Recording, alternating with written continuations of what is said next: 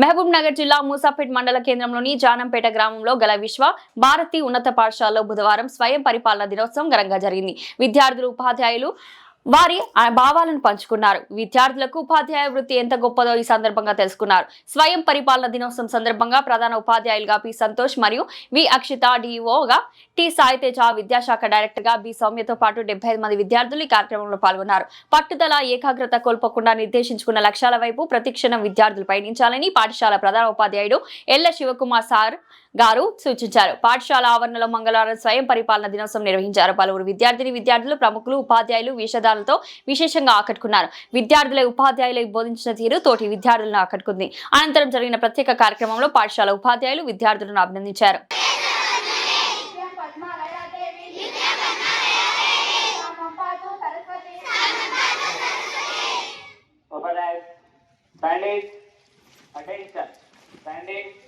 Attention.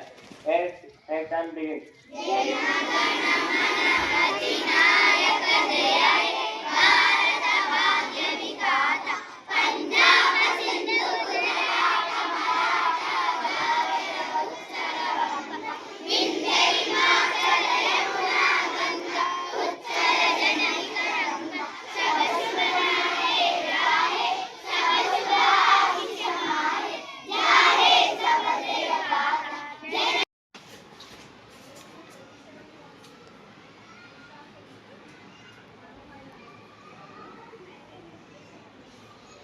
ఈ శక్తి మేరకు మనం రోజు బోధిస్తున్నాం.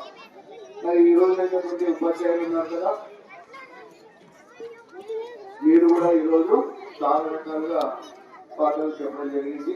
సబ్జెక్టు వైజ్గా మీరు అందరూ కూడా దాదాపు మీరు అనుభవించారు. ఒక క్లాస్కి వెళ్ళినప్పుడు ఒక ఉపాధ్యాయులు కానీ ఏ విధంగా టీచ్ చేస్తారు, ఎంత ఇబ్బంది పడతారు అని అర్థం తీసుకోగలరు.